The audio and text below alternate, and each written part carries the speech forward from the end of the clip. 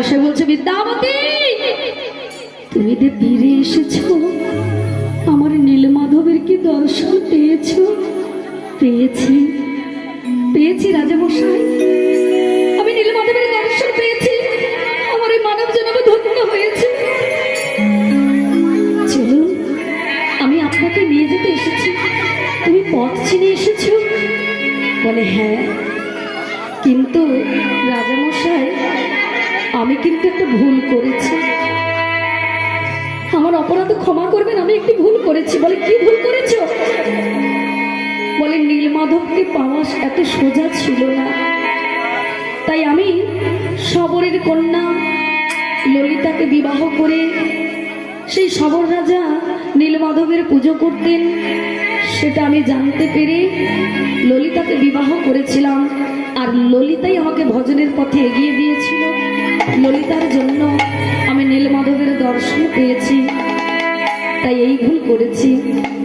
আপনার কন্যাকে বিবাহ করেছি, কিন্তু শবরের কন্যা ললিতাকেও বিবাহ করেছি। নীলমাধবকে পাওয়ার জন্য আমি ললিতাকে বিবাহ করেছি। রাজামশাই, এই অপরাধ থেকে আমাকে মুক্তি দিন, আমাকে ক্ষমা করুন, আমি এই ভুল করেছি। রাজামশাই বলছেন, না বিদ্যাবতী, তুমি কোনো ভুল করনি। তুমি আমার নীলমাধবকে নিয়ে আসার জন্য ললিতাকে বিবাহ করেছো। আমার কন্যা যেমন আমার কাছে খুবই আপন, তেমন ললিতাও আমার আজ থেকে একজন কন্যা। আমি বলেছিলাম অর্ধেক রাজত্ব দেব, আমার এই কন্যাও যেমন রাজত্ব পাবে, তেমন ওই কন্যাও রাজত্ব পাবে। আমি তোমার সেই স্ত্রী, আমার কন্যা ললিতাকে আমি নিয়ে আসবো এখানে, যথা সম্মান দিয়ে, যথাযোগ্য সম্মান দিয়ে আমি নিয়ে আসবো। ললিতা এখানেই থাকবে, উচিতটা তোমাকে করতে হবে না। চলো, আমায় নিয়ে চলো নীলমাধবের কাছে। তা বাবা রাজাকে নিয়ে গেল নীলমাধবের কাছে। কত হাতি ঘোড়া নিয়ে চললো নীলমাধবকে নিয়ে আসতে, কিন্তু যখন নীলগিরি পর্বতে গিয়ে পৌঁছলেন, দেখলেন কি গো, নীলমাধব সেই নীলকাষ্ঠ, সেই নীলগিরি পর্বত হয়ে চলে গেল। এই রূপ দর্শন করে রাজামশাই নয়ন জলে মুখ ভাসিয়ে, নয়ন জলে মুখ ভাসিয়ে আজ বলছেন, প্রভু গো তুমি কি করলে প্রভু গো,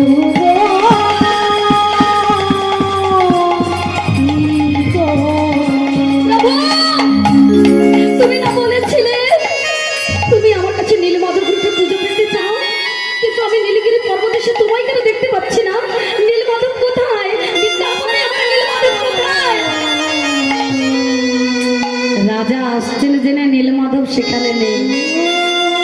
নীলমাধব চলে গেছে সমুদ্রে ভাসতে, সমুদ্রে ভাসছে নীলমাধব। রাজামশাই কাঁদছে, বলছেন এই আমি কি করলাম প্রভু? আমি কি তাহলে কোনো অপরাধ করেছি যার জন্য আমি নীলমাধবের দর্শন পেলাম না? নীলমাধবকে আমি কেন খুঁজে পাচ্ছি না? যখন কাতর হয়ে কাঁদছেন, ভগবান দৈববাণী করে বললেন, শোনো শোনো রাজা ইন্দ্রদুম্ন, আমার নীলমাধব রূপ আমি তোমায় দর্শন করাতে চাই না। কেননা আমি তোমার হাতে নীলমাধব রূপে পুজো পেতে চাই না, আমি পুজো পেতে চাই জগন্নাথ রূপে। তাই আমার দেহটা কাষ্ঠে পরিণত হয়েছিল, সেই দেহটা এখন ভাসছে সমুদ্রের জলে। যাও, তুমি যাও, সমুদ্র থেকে আমায় নিয়ে এসো। আর শোনো, ওই কাষ্ঠটাকে তুমি 3 টুকরো করবে, 3 টুকরো করে 3টে মূর্তি তাতে ধারণ করাবে, সেই রূপ মন্দিরে প্রতিষ্ঠিত করবে। আমি জগন্নাথ রূপে তোমার হাতে পুজো পেতে চাই, নীলমাধব রূপে নয়। চিন্তা করো না, যাও তুমি সমুদ্রের পাড়ে। হরি বল। এখন পুরী ধামে গেলে দেখতে পাবেন সমুদ্রটা কিন্তু মন্দির থেকে অনেকটা দূরত্বে। হ্যাঁ, আগে কিন্তু ছিল না, আগে মন্দিরের কাছেই কিন্তু সমুদ্র ছিল। হরি বল। তা বাবা রাজামশাই আদেশ পেয়ে ছুটে গেলেন, গিয়ে দেখলেন সমুদ্রের কাষ্ঠটা ভাসছে। আদর করে যাত্রা করে কোলে তুলে নিলেন, নিয়ে সেই কাষ্ঠ নিয়ে এসে আনন্দিত সীমা নেই। কত কারিগরকে ডাক দিলেন, এসো তোমরা এই কাষ্ঠটাকে 3 টুকরো করে দাও। ও বাবা, কত কারিগর এলো গেল, কেউ একটা টুকরোই করতে পারছে না, 3 টুকরো তো দূরের কথা। রাজামশাই আবার বড় চিন্তায় পড়লেন, কি করা যাবে? তাহলে কি আমি ভগবানের জগন্নাথ রূপ প্রতিষ্ঠিত করতে পারবো না? ভগবান যখন দেখছেন রাজা বড় চিন্তায় পড়লেন, ভগবান তো এইভাবে ভক্তকে পরীক্ষা করেন, বারে বারে দুঃখ কষ্ট দিতে থাকেন। কেন? যত দুঃখ কষ্ট দেব ঘষে মেজে ততই ওর খাঁটি সোনা হবে, যতই ঘষে মেজে দেখবো ততই খাঁটি সোনা হবে গো। তাই ভক্তকে বারে বারে দুঃখ কষ্ট দিতে থাকেন, ধরা দিয়েও ধরা দিতে চাচ্ছেন না। স্বয়ং ভগবান বিশ্বকর্মাকে আদেশ করলেন, তুমি যাও, তুমি গিয়ে পুরী ধামে আমার মন্দির গড়ে দাও, আর পুরী ধামে গিয়ে ওই কাষ্ঠকে 3 টুকরো করে তুমি নিজ হস্তে আমার চিত্র অঙ্কন করে দাও। বিশ্বকর্মা প্রভুর আদেশ পেয়ে তিনি চলে গেলেন একটি বৃদ্ধ সেজে পুরী ধামে রাজা ইন্দ্রদ্যুম্নের বাড়িতে। কেননা কত কারিগর এলে গেল, কেউ তো টুকরো করতে পারলো না। সে বৃদ্ধ সেজে গিয়েছে, গিয়ে বলছে, এই যে রাজামশাই, তোমার বুঝি কারিগর চাই জগন্নাথ দেবের মূর্তি গড়িয়ে দেবার জন্য? বলে, হ্যাঁ কারিগর তো চাই, কিন্তু কত কারিগর এলো গেল, কেউ তো এক টুকরো কাঠটাকে করতে পারলো না, তো কি করে জগন্নাথ রূপ তৈরি করবে সে? তখন বলছে, আমি পারবো, আমাকে একটু সুযোগ দেবে। বলছে, সে কি তুমি? বলে, কেন, আমি কি পারি না? আমি সব থেকে বড় কারিগর, আমি অবশ্যই পারবো। বয়সটা হয়েছে তো কি হয়েছে, আমার হাতের কাজ খুবই ভালো। বলে, শোনো, যে মূর্তি গড়বে তাকেই ওই টুকরো করতে হবে, কাষ্ঠটাকে টুকরো করতে হবে, তুমি কি পারবে? এ তো বাবা যে সে কাষ্ঠ নয়, কাষ্ঠের নাম কি? দারুণ ব্রহ্ম কাষ্ঠ। তাই বিশ্বকর্মা বলছে, কত কারিগর তো এলো গেল, একবার আমার উপরে ভরসা করে দেখো না, যদি আমি পারি। তখন বলছে, সত্যি তো, কথাটা যখন বলছে বয়স হয়েছে তো কি হয়েছে, একবার দিয়েই দেখো না। কুড়োটটা নিয়েছে বাবা, কুড়োট নিয়ে বিশ্বকর্মা জয় জগন্নাথ বলে যেই না ঘাত করেছে কাষ্ঠে, কাষ্ঠটা ভেঙে 3 টুকরো হয়ে গেছে। ভগবানের কৃপা না হলে কোনো কিছু সম্ভব না। তাই বাবা 3 টুকরো যেই না হয়ে গেছে, সবাই অবাক, কত কারিগর এলো গেল, লাস্টে বৃদ্ধ এসে 3 টুকরো করে দিল। তা বলছে, তাহলে আপনি বুঝি পারবেন আমার জগন্নাথ রূপ সুন্দর করে তৈরি করে দিতে? বলে, হ্যাঁ আমি পারবো, কিন্তু আমার শর্ত আছে। বলে, কি শর্ত? বলে, আমাকে একটি বদ্ধ ঘর দিতে হবে, সে ঘরে কারো আনাগোনা হবে না, আমার সময় লাগবে মাত্র 21 দিন। তাই নাকি? 21 দিন সময় লাগবে? বলে, হ্যাঁ আমার 21 দিনের সময় লাগবে, কিন্তু সেই ঘরটা বন্ধ থাকবে, ওই ঘরের ভিতরে আমি 21 দিন ধরেই জগন্নাথের মূর্তি গড়ব, কেউ আমায় বিরক্ত করবে না, কেউ দরজা খোলার চেষ্টা করবে না। যদি দরজা খোলো তাহলে কিন্তু আমি আর মূর্তি করতে পারবো না। তা বলছি, তুমি সেবা করবে না, নাওয়া খাওয়া কিছু করবে না? বলে, না, আমি ভজন করে এক মনে এক চিন্তে প্রভুর এই রূপ তৈরি করব, তাই আমার কোনো কিছুই প্রয়োজন নেই, আমি জলস্পর্শ করব না। যা বাবা, বয়সটা তো কম হলো না, এই বয়সে আবার যদি জল না খায়, কোনো দ্রব্য সেবা যদি না করে, এ বৃদ্ধ কি বাঁচবে? গুন্ডিজা বলে, স্বামী গো, এ বয়স্কর দ্বারা হবে না গো। বলে, থামো না, কি বলছি একটু শুনতে দাও না। বলছে, না না, হবে না, এ বৃদ্ধ যদি জল না খায়, কোনো সেবা যদি না করে, বৃদ্ধ যদি ঘরের ভিতরে মারা যায়, তাহলে সব লাটা চুকে যাবে, আর জগন্নাথ রূপের মূর্তি হবে না। তুমি এক কাজ করে বৃদ্ধকে না বলে দাও।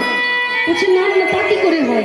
বৃদ্ধ যখন নিজে থেকে এসেছে, আর তার আঘাতেই তো কাষ্ঠটা 3 টুকরো হয়ে গিয়েছে, না 21 দিন যা করতে চাইছে করুক তো। গুন্ডিজা বলছে, যা পারে করো, আমি ওসবের মধ্যে নেই, তবু কি মন সায় দেয় গো? হ্যাঁ, হরি বল জয় রাধে। এখন ঘর বন্ধ করে দিয়েছে, বৃদ্ধ ভেতরে প্রবেশ করে প্রতিনিয়ত ঠকর ঠকর করে আওয়াজ করে। গুন্ডে যা বলে বুড়ো বয়সে কি আমি সেটা দেখবো। চোখে তো দেখতে পাবো না, বদ্ধ ঘর চাই, তো বদ্ধ ঘর দিয়েছে। চোখে দেখতে পাবো না, কানে তো শুনতে পাবো যে বৃদ্ধ কি করছে।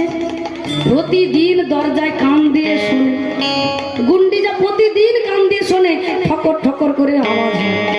বলে না, বৃদ্ধ বেঁচে আছে, কাজ তাহলে চলছে।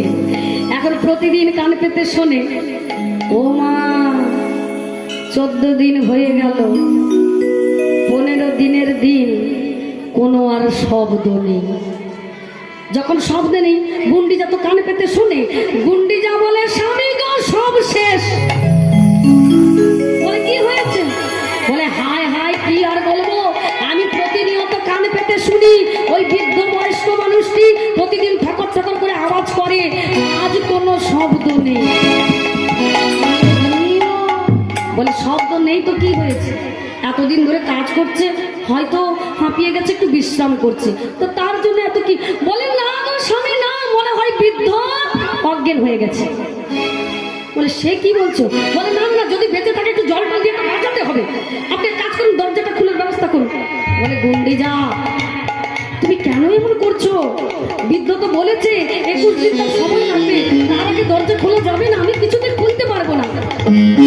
বলে শোনো স্বামী, বৃদ্ধ মানুষ এতদিন ধরে নাওয়া খাওয়া কিছুই করছে না, তা শোনো শোনো, বৃদ্ধ যদি ওই ঠাকুর গড়তে গিয়ে মারা যায় তাহলে কি হবে একবার ভেবে দেখেছেন? এক কাজ করুন, এখনো অনেক সময় আছে, যদি অজ্ঞান হয়ে পড়ে তাহলে জল টল দিয়ে বাঁচানো যাবে, আপনি দরজাটা খোলার ব্যবস্থা করুন। দেখেছেন, নারীর কথায় স্বর্গে ওঠা যায়, আবার নারীর কথায় নিচেও নামা যায়। তা বাবা যেই না এই কথা বলেছে, তখন বারবার বলার পরে রাজার মনেও বড় সংকট জেগেছে। কেন? মানে সত্যিই তো, গুন্ডিজার কথা যদি সত্য হয় তাহলে কি হবে? এক কাজ করি, যদি বৃদ্ধ বেঁচে থাকে তাহলে তো একটু জল টল দিয়ে ভালো করে বাঁচাতে হবে। তাই তিনি কি করলেন? দরজা খুলে ব্যবস্থা করলেন। ও মা যেই না দরজা খুলে দিয়েছে, দরজা খুলে দেখতে পেল কি? দরজা খুলে দেখতে পেল 3টে অসম্পূর্ণ মূর্তি। যে বৃদ্ধ গৃহের ভেতরে বসে ঠাকুর গড়ছিল, সে বৃদ্ধর দেখা নেই। হ্যাঁ, সে বৃদ্ধর দেখা নেই। 3টে অসম্পূর্ণ মূর্তি, তাদের হাত নেই, পা নেই, বড় বড় মাথা, বড় বড় চোখ। রাজা তখন কাঁদতে বসলেন, প্রভু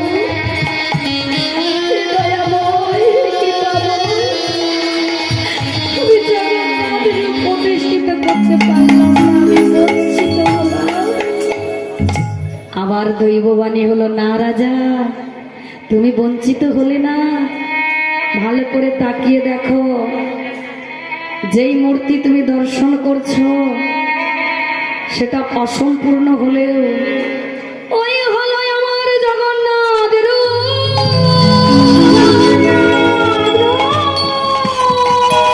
ওই হলো আমার জগন্নাথ রূপ।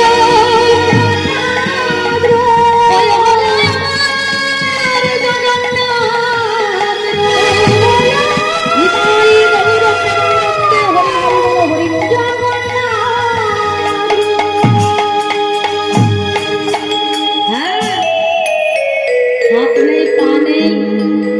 একে তুমি অসম্পূর্ণ বলছো তো?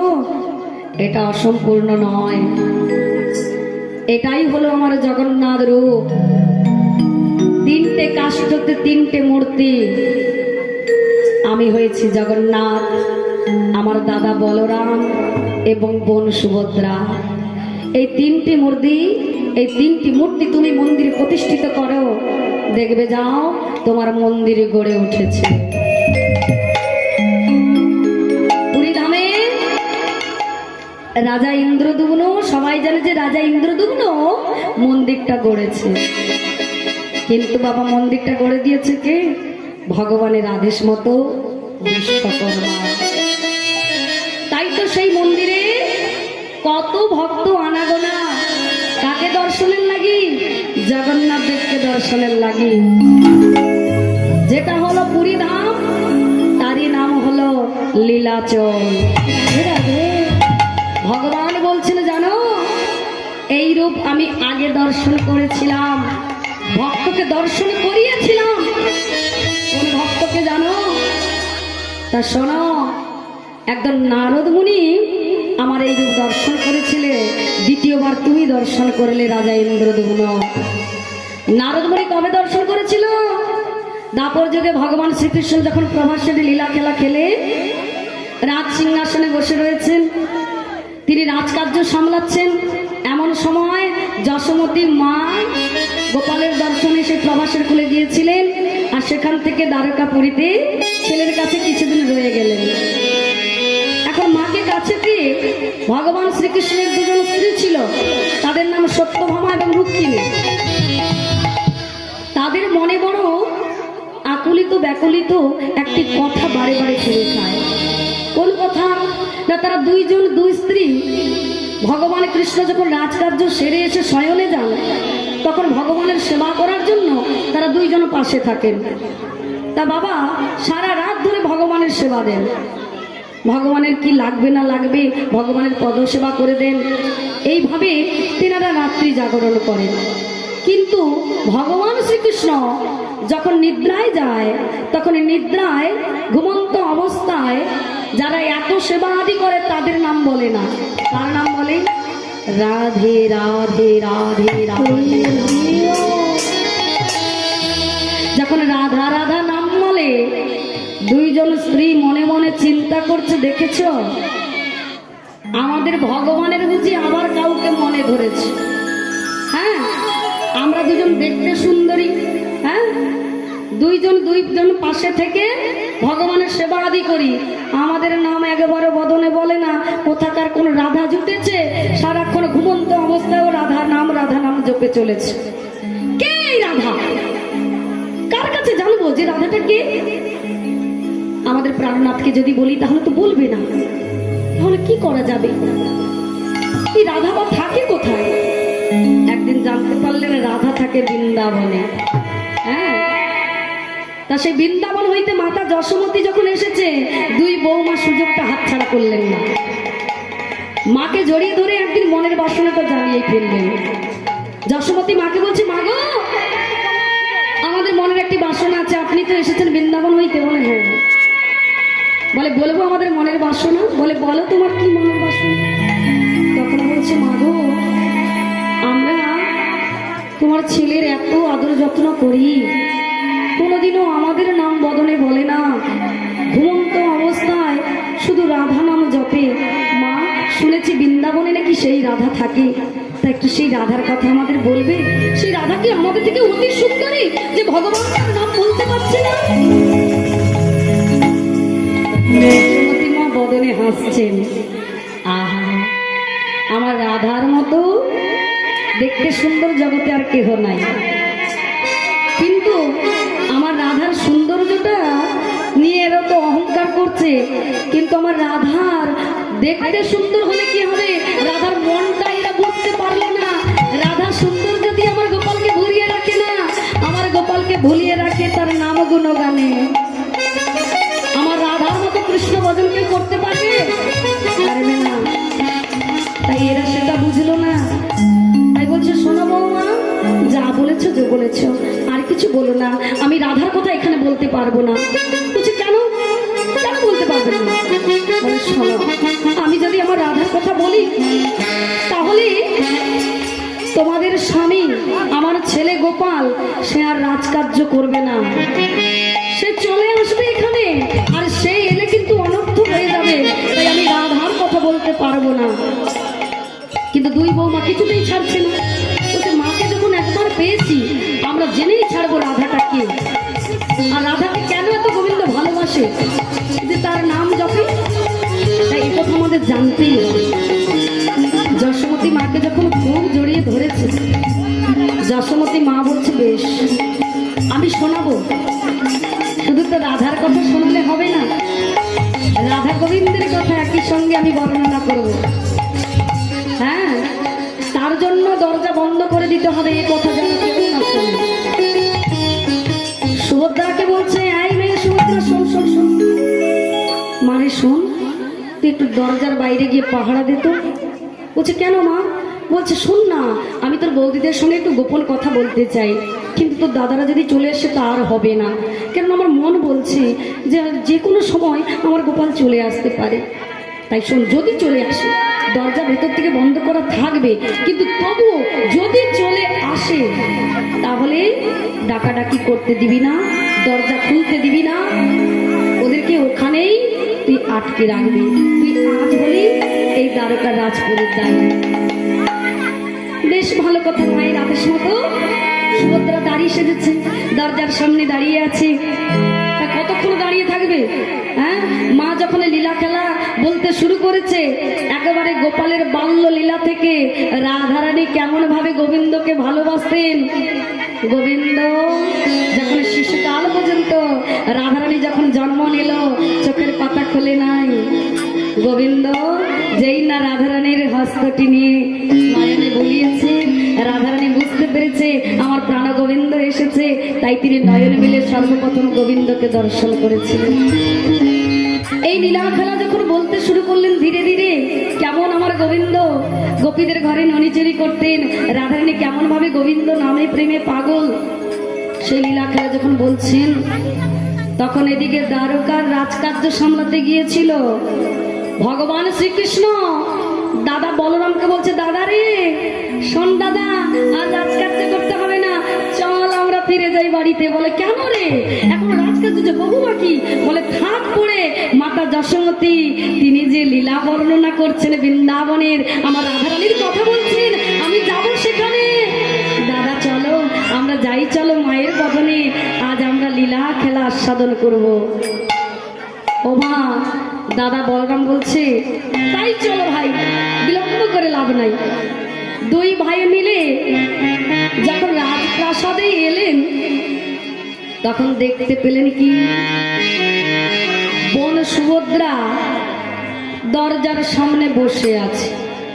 বলে দেখেছিস রে দাদা, এই দেখ মা কি করেছে, যাতে না আমরা ভেতরে প্রবেশ করতে পারি বোনকে দাড়ি সাজিয়ে রেখেছে। কি করা যাবে, বোন তো আমাদেরকে ভেতরে প্রবেশ করতে দেবে না। তা কাজ করি, বোন যখন বসেছে বোনের পাশে আমরা বসে পড়ি। তাই কি করেছে, প্রভু শ্রী বলরাম বোনের ডান দিকটাতে বসেছে, আর জগন্নাথ দেব তিনি বাম দিকটাতে বসেছেন। যেই না বসেছেন অমনি সুভদ্রা বুঝতে পেরেছে দাদারা চলে এসেছে, তাই যেই না ডাকতে গিয়েছে ও মা, তখন ভগবান কৃষ্ণ বাম হাত দিয়ে বোনের মুখে চেপে দেন। মা কি বলছি শুন, যদি চুপচাপ থাকিস তাহলে যত আসতে বললেও নীরবে থাকলে সেই কথা ভেসে আসবে। আমরা শুনতে এসেছি আমার সেই বাল্য লীলা খেলা রাধারানীর কথা, আজ আমি শ্রবণ করতে এসেছি। বোন তুই শুন, চিৎকার করিস না, মা তাহলে লীলা খেলা বলা বন্ধ করে দেবে। বোন চুপ কর, বাবু বলেছে যে কাউকে ভেতরে প্রবেশ করতে দিবি না, চলে এলে আমাকে বলবি, আমি বন্ধ করে দেব। কিন্তু আবার যেই না ডাক দিয়েছে ও মা, বলতে আর তর দিল না। প্রভু শ্রী রামচন্দ্র ডান হাত দিয়েছে, এই চুপ, এই বোন চুপ করে বসে শোন না, এই বলে তখন তিনজনেই চুপচাপ বসে শুনতে লাগলেন। বৃন্দাবনের লীলা মা কি সুন্দর করে দুই বৌমাকে আস্বাদন করাচ্ছেন। ধীরে ধীরে রাধাকে নিয়ে তাদের মনে যে একটা সংকট ছিল সেটাও ধীরে ধীরে দূর হয়ে যাচ্ছে, যে রাধা সৌন্দর্য দিয়ে ভগবানকে ভোলায়নি, ভুলিয়েছে তাকে প্রেম দিয়ে, নাম প্রেম দিয়ে। তাই বাবা এই কথাগুলো শুনতে শুনতে তিনজনেই রূঢ় হয়ে গেল, তিনজনেই রূঢ় হয়ে গেল, বিকট মূর্তির আকার ধারণ করেছে। অসম্পূর্ণ মূর্তি, তাদের হাত পা সব রুড়ো হয়ে গেছে, বড় মাথা, বড় বড় চোখ হয়ে গেছে। দর্শন করলেন কে? নারদ মুনি। নারদ মুনি ভগবানের দর্শনে আসেন, তিনি আসছেন বদনে নাম গাইতে গাইতে আসছেন। সুন্দর গোপাল আনন্দের দুলাল, বজের রাখাল হরি। নারদ মুনি প্রতিদিনই দ্বারকায় আসেন ভগবানের দর্শনে। আজও আসছেন বদনে নাম গাইতে গাইতে। সবাই মিলে একটু হোক না করতালি দিয়ে।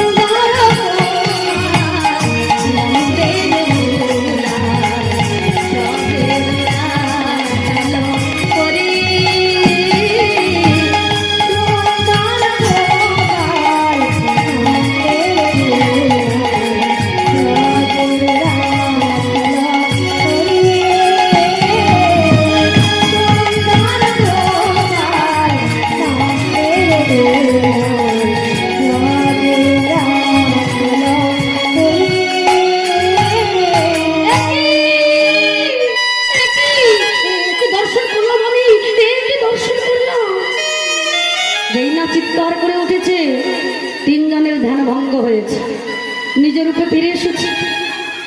নারদ মুনি বলছেন, প্রভু আপনি? বলছে, হ্যাঁ নারদ, তা তুমি এমন ভাবে আর্তনাদ করে উঠলে কেন? প্রভু, হে আমি কি রূপ দর্শন করলাম?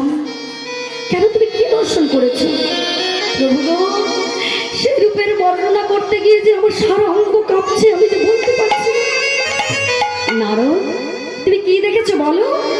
প্রভু, আপনারা তিনজনেই অসম্পূর্ণ মূর্তি, বড় বড় মাথা, বড় বড় চোখ, এই রূপ আমি দর্শন করেছি। প্রভু, এই কেমন রূপ?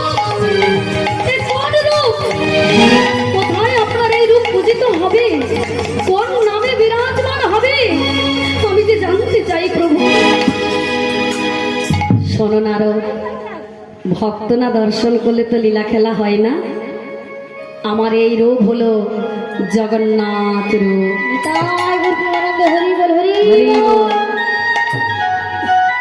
এই লীলা খেলা হবে লীলা ধামে, পুরী ধামে জগন্নাথ রূপে আমি পূজিত হব, ভক্তের কাছে বিরাজমান হব। শোনো, এই লীলা দ্বারকার অন্তে কলির আগমনে শুরু হবে পুরী ধামে। তাই ভগবান আমার বলছেন, এই রূপ নারদ মুনি দর্শন করেছিলেন, তাই এই রূপ আমি যে পূজিত হইতে এসেছি তোমার মতো ভক্তের হস্তে, তাই তুমি আমায় পুরী ধামে নিয়ে গিয়ে প্রতিষ্ঠিত করো। ভগবানের আদেশ পেয়ে রাজা ইন্দ্রদ্যুম্ন পুরী ধামে ভগবানকে প্রতিষ্ঠিত করলেন। তবে বিদ্যাবতী যে বলেছিলেন শবরের কন্যা ললিতাকে বিবাহ করেছেন, তাকে তো যথাযোগ্য স্থানে সম্মান দিয়ে নিয়ে আসতে হবে। রাজা বলেছে যে আমার ও হলো একজন কন্যা, তাই বাবা বিদ্যাবতীর সেই স্ত্রী শবরের রাজা বিশ্বাবসুর কন্যা ললিতাকে সুন্দর করে ধুমধাম করে সেখান থেকে নিয়ে আসা হলো। বাবা, রাজার কন্যার যতগুলি সন্তান হলো তারা সবাই ভগবানের পূজার দায়িত্ব পেল। এখনো দেখবেন যারা যে কন্যা, তারা যে সুযোগটা পেয়েছে সেটা রাজার কন্যার সন্তানগুলো, বিদ্যাপতির সন্তান কিন্তু রাজার কন্যার সন্তান। আর যারা রন্ধনাদি, ধ্বজা বাঁধা, এই যে পতাকা উত্তোলন, পতাকা তুলো, এগুলো কারা করে? ললিতার গর্ভের যতগুলি সন্তান হয়েছে তারা বাবা এই দায়িত্বটা পেয়েছে। তাই দুই মেয়েকে সমান ভাগে সবকিছু ভাগ করে দিলেন, তাদের সন্তানদেরকে দুই ভাগে সুন্দর করে বুঝিয়ে দিলেন। তারাই এই মন্দির সুন্দরভাবে প্রতিষ্ঠিত করে চলেছেন, রন্ধন আদি করে ভগবানকে সেবা দিচ্ছেন। একজন পুজো করেন আর একজন সেবা দেন।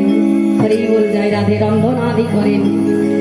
তবে এইভাবে পুরী ধামে ভগবান প্রতিষ্ঠিত হলেন আর ভক্ত দর্শন করতে গেলেন। কত ভক্ত এখনো যায় জগন্নাথ দেবকে দর্শন করতে। তাই একজন পরম ভক্ত একদিন কি বলে উঠলেন জানেন? জগন্নাথ দেব রূপটাকে দর্শন করে, মাধব হে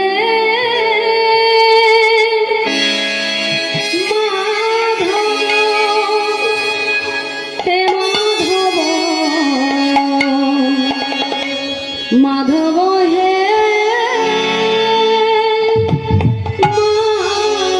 মাধব,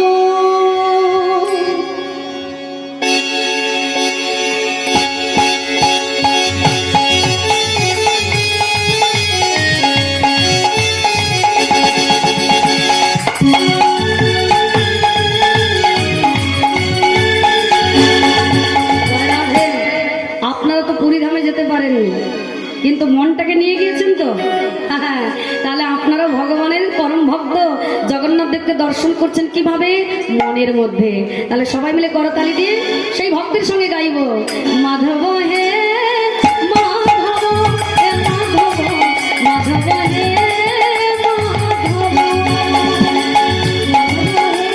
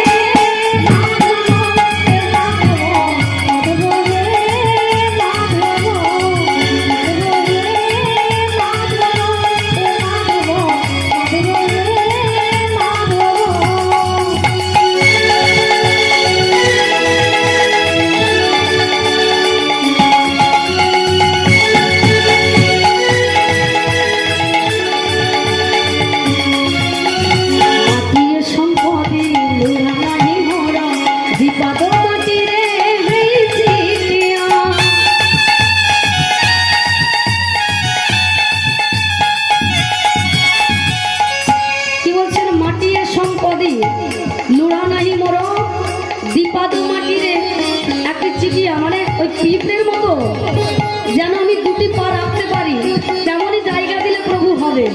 এর বেশি আমি চাই না। মাটিয়ে সম্পত্তি লুড়ালাই মোরা বিপাদ মাটি রে সিটিয়া।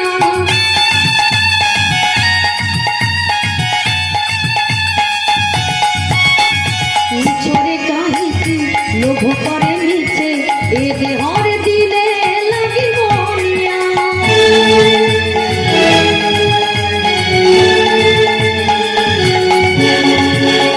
অনেক ভক্ত আছে সব কিছু থাকা সত্ত্বেও মিছে কাঁদে, প্রভু কিছু নাই, প্রভু কিছু নাই, আরো দাও আরো দাও। বলে প্রভু আমি মিছে কাঁদতে চাই না, আমাকে যতটুকু দেবে তাতেই আমি শান্তি থাকতে চাই। তাই আমার ভক্ত কজন আছে গো? সেই জন্য বলছেন মিছরে কাঁদিছি লোভ করে নিচে এ দেহর দিলে লাগিব নিয়া।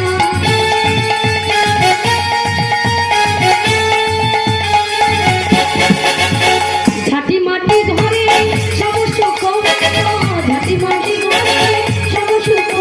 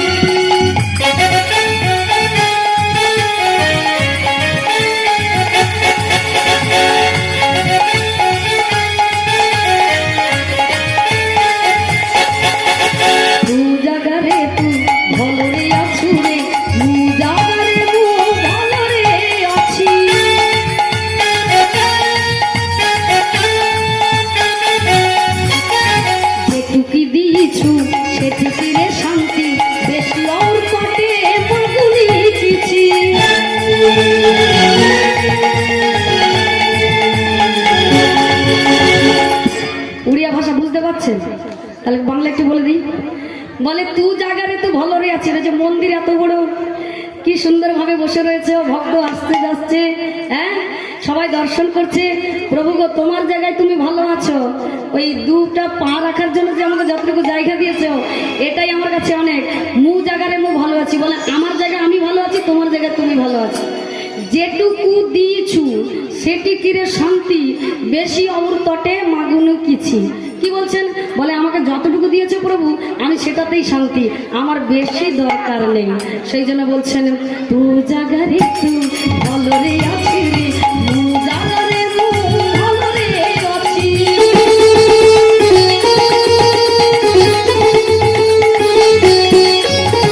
যেটুকি দিয়েছি সেটুকি রে শান্তি, বেশি অমর তটে মাগুনু কিছি।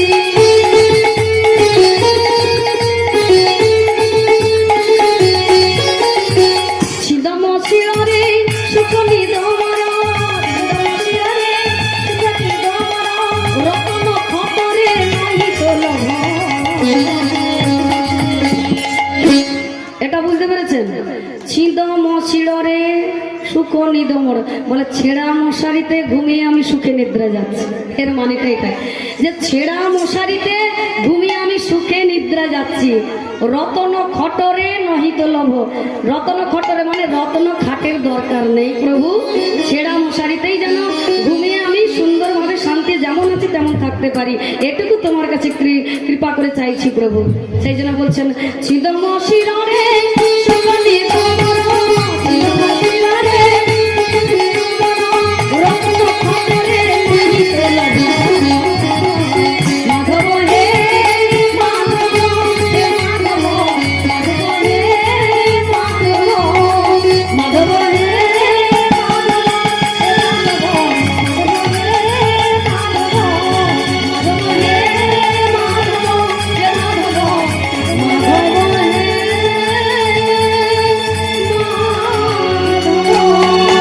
নিতাই গৌর প্রেমানন্দে হরি হরি বল হরি বল। এখানে নীলমাধব লীলা বিশ্রাম পেল। জয় রাধে জয় রাধে। গোবিন্দ দোলই গোবর্ধন দোলাই, জয় রাধে, বাড়ি চকচণ্ডী, গোবর্ধন দোলাই বাড়ি চকচণ্ডী। উনি 20 টাকা দান করলেন। ওনার দান আমরা সাদরে গ্রহণ করলাম। ওরা যায় কৃষ্ণপদে মতি হয়, রাধা নামে মতি হয়, জয় রাধে। আসলে গোবিন্দর নাম গাইতে গাইতে শেষে যে আবার গোবর্ধনধারী চলে আসবে কি করে যাবো? করি বল, জয় রাধে। হ্যাঁ